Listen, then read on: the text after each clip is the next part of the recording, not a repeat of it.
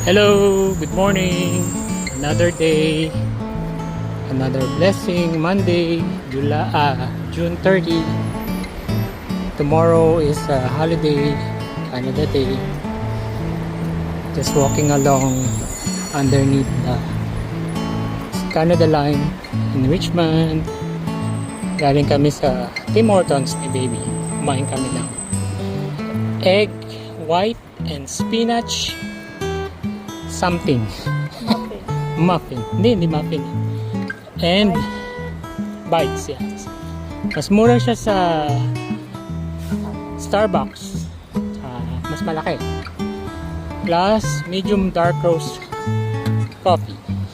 Ayan. Thank you all. For the rest of the day, we're gonna be going to Port Moody Health in Port Coquitlam. That's about an hour's drive away para magpa-vitamin C. Yun. And kukuha rin kami ng refill mula sa Pure Pharmacy. A really nice day. Have a good day.